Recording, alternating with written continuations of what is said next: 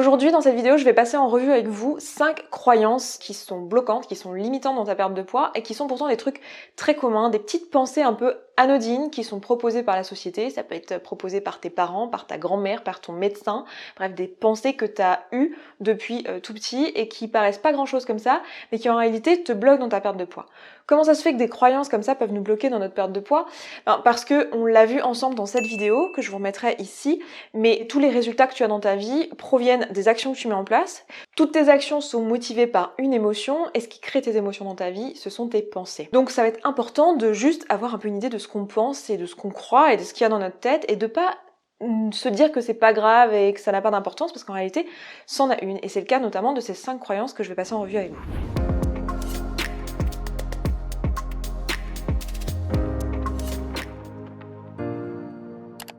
Si c'est la première fois que vous tombez sur cette chaîne, eh bien soyez la bienvenue, je m'appelle Esther Taïfé, je suis coach en émotions spécialisée dans la perte de poids et mon boulot c'est d'aider les femmes pour qui faire des trucs difficiles dans leur vie c'est pas un problème, monter des boîtes, mettre des enfants au monde, tout ça, ça va. Par contre, quand il s'agit de dire non à un cookie, là ça paraît totalement surhumain. Donc si c'est votre cas, si vous vous reconnaissez là-dedans, eh bien je vous invite à vous abonner et je sors des vidéos tous les lundis et tous les jeudis.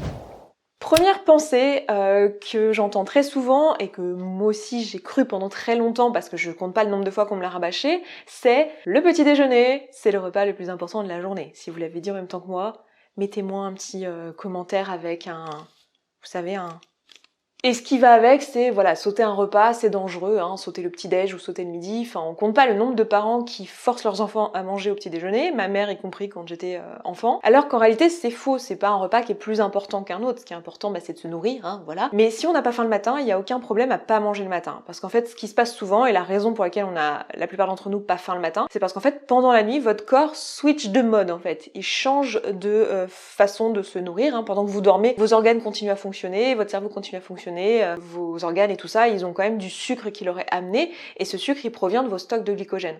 Ce qui fait que quand vous vous réveillez le matin, vous comptez pas sur ce qu'il y a dans votre estomac pour vivre et pour fonctionner, vous êtes sur vos stocks de glycogène. Donc il n'y a pas de raison particulière de se forcer à manger le matin si on n'a pas faim. Donc c'est une croyance qui est totalement erronée. Donc évidemment, si vous avez faim le matin, mangez le matin, mais si vous n'avez pas faim le matin, juste ne mangez pas. Enfin, ça paraît évident une fois qu'on remet cette croyance en question, mais en gros, mangez quand votre corps vous dit de manger et ne mangez pas quand votre corps vous dit de ne pas manger, voilà, tout simplement. Deuxième croyance très courante, c'est qu'il faut manger de tout pour être en bonne santé. L'important, c'est les quantités. Manger de tout en petite quantité, même les choses très grasses, très sucrées, pas forcément très bonnes pour la santé, très transformées. Tant que c'est en petite quantité, il n'y a pas de problème. J'ai envie de remettre cette croyance en perspective et vous demander, mais si je vous proposais de prendre un truc qui est ouvertement mauvais pour la santé, genre de la cigarette, peut-être une drogue, peut-être, je sais pas, quelque chose qui est vraiment pas bon ou pas digeste, je sais pas, du sable. Est-ce que on dirait aussi, tant que c'est en petite quantité, il n'y a pas de problème? Peut-être que oui, en petite quantité, vous n'allez pas mourir si vous le mangez, mais pourquoi vous s'obstinez à vouloir manger des choses qui ne sont en fait juste pas comestibles ou juste vraiment pas bonnes pour la santé? Je veux dire, il y a des choses qui sont comestibles mais qui sont pas bonnes pour la santé. Pourquoi vouloir absolument les manger même en petite quantité? C'est pas une croyance qui nous sert en fait. Après, on peut décider de le faire, mais de là à dire il faut ou c'est normal de manger de tout en petite quantité ou c'est hyper important de manger de tout en petite quantité, c'est pas forcément une croyance qui va nous servir. Moi, ce que j'ai envie de vous proposer, c'est plutôt de vous poser la question, tiens, qu'est-ce qui nourrirait mon corps? Qu'est-ce qui me ferait du bien? De maximiser ces aliments-là et de se laisser, pourquoi pas, des options de manger pour se faire plaisir des trucs qui sont pas forcément bon pour la santé, mais de le faire en conscience et de juste savoir que le jour où on s'allume une cigarette en soirée ou le jour où on mange un méga donut super gras avec plein de sucre dessus, on n'est pas en train de faire attention à sa santé et c'est ok si on est ok avec ça. Pour moi, cette pensée de il faut manger de tout en petite quantité, c'est juste une pensée qu'on a trouvée qui nous permet de nous déculpabiliser. Moi, ce que je vous propose, c'est plutôt que de trouver des stratagèmes de pensée pour vous déculpabiliser, juste ne vous culpabilisez pas de faire des choses pour le plaisir, simplement soyez au courant que c'est pour le plaisir et vous racontez pas une histoire que c'est bon, ça va, c'est light ou oh c'est bon, je mange de tout en petite quantité. La troisième croyance très commune, c'est que il faut absolument pas se frustrer. Voilà, c'est important de prendre du plaisir dans l'alimentation et de surtout pas se frustrer parce que la frustration c'est très très grave et le risque c'est que notre corps se venge et tout ça.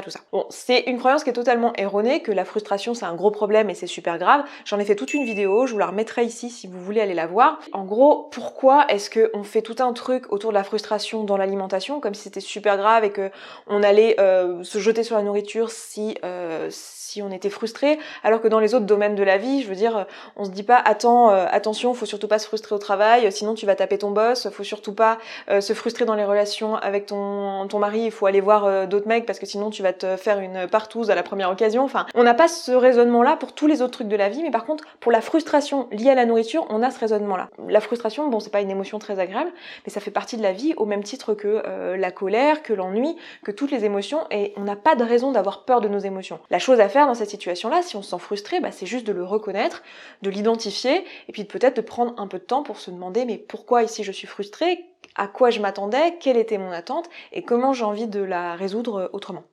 La quatrième croyance qui revient vraiment tout le temps, c'est que c'est important de se faire plaisir avec la nourriture. Vraiment, il faut absolument que ça fasse plaisir. Il faut que ça fasse plaisir à tous les repas. Si on n'a pas eu notre plaisir, on est même capable de se dire tiens, si le repas était pas très bon, de se prendre un dessert alors que c'était pas prévu, juste parce qu'on n'a pas eu assez de plaisir gustatif. Un peu comme si c'était un dû, quoi, qu'il fallait absolument que le repas soit plaisant, que c'était son rôle numéro un. En fait, c'est faux. On n'a pas besoin que le repas soit plaisant. Il l'est de toute façon par construction, parce que les humains sont faits comme ça, et manger, c'est agréable. Ça crée de la dopamine, c'est physiologique, donc il n'y a pas de problème. Et il n'y a pas de problème à choisir des aliments qui nous font plaisir. Mais c'est pas le rôle premier de la nourriture. Le rôle premier de la nourriture, c'est de nous nourrir. Donc pourquoi on a besoin absolument d'avoir cette dose de plaisir là? Certaines personnes me diront mais tu comprends Esther, c'est le seul moment de ma journée où vraiment j'ai du plaisir, où vraiment ça me plaît, enfin c'est un truc important dans ma vie. Bah, dans ce cas c'est ok, mais j'ai envie de vous poser la question, est-ce que ça vous va que le moment que vous préférez dans votre journée, c'est le moment où vous allez rentrer du boulot, que vous allez vous acheter des biscuits ou du saucisson ou des chips ou je ne sais pas quoi, le manger tout seul sur votre canapé? Est-ce que vous êtes ok avec ça? Est-ce que vous vous dites ok, du coup la solution pour plus de bonheur, c'est d'avoir plus de chips, plus de saucissons, plus de chocolat? Moi j'aurais tendance à vous dire, franchement, si c'est le meilleur moment de votre journée, si c'est là que vous prenez le plus de plaisir, la problématique c'est pas d'avoir plus de gâteaux, hein, c'est plus de se dire mais bon sang, il y a un truc qui va pas dans le reste de ma journée. Après c'est juste ma vision des choses et c'est juste une proposition. Moi je dirais que cette croyance-là, elle nous dessert totalement. Et la cinquième croyance que j'entends tout le temps, c'est la croyance de je vais devoir faire attention toute ma vie. Comme si c'était une fatalité.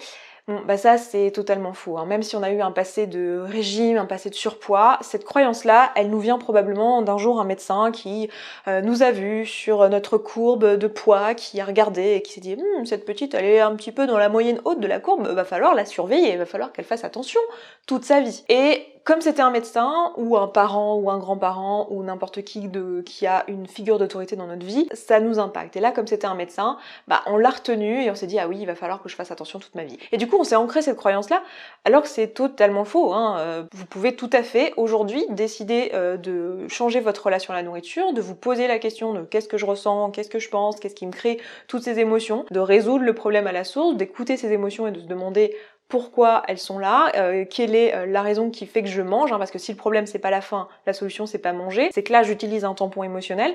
Je vous ai parlé des tampons émotionnels dans cette vidéo que je vous remettrai ici si vous ne l'aviez pas vue. Si on se pose vraiment la question du pourquoi là je mange alors que j'ai pas faim, et qu'on résout la raison qui est à l'origine de ça, ben on va pouvoir manger quand on a faim, s'arrêter de manger quand on a plus faim, sans que ce soit un drame interne, et a priori si on fait ça, à moins qu'on ait une pathologie, il n'y a pas de raison qu'on ait besoin de faire attention à notre poids toute la journée et toute notre vie si notre corps fonctionne très bien. Donc c'est une croyance qui est totalement erronée. Donc voilà pour cette vidéo, j'espère qu'elle vous aura plu. Si c'est un format qui vous plaît, je serais susceptible d'en refaire d'autres du même genre parce que les croyances comme ça, j'en ai à la pelle que je pourrais vous mettre dans ce type de vidéo. Donc n'hésitez pas à me dire ce que vous en pensez en commentaire si c'est le genre de vidéo qui vous intéresse. Et puis bah écoutez, si vous avez besoin d'un accompagnement, si vous savez que vous voulez faire ce travail justement de comprendre qu'est-ce qui vous pousse à manger alors que vous n'avez pas faim, de comprendre quelles sont les émotions qui sont derrière ça et comment résoudre le problème à sa source, eh bien vous pouvez prendre un rendez-vous avec nous, c'est totalement gratuit. Vous avez un premier lien, enfin le premier lien que vous allez rencontrer dans la barre d'infos, c'est un lien vers notre calendrier. Vous avez du coup l'occasion de prendre un rendez-vous à un créneau qui vous arrange et vous allez être reçu par l'une de mes coachs qui va voir avec vous en fait tout simplement quel est le problème que vous rencontrez et si oui ou non notre coaching serait adapté pour vous. Et si c'est le cas, bah, peut-être qu'on se reverra très prochainement dans un coaching. Donc voilà, moi je m'arrête là pour aujourd'hui, je vous embrasse, je vous souhaite une très belle journée et je vous dis à très vite. Ciao ciao.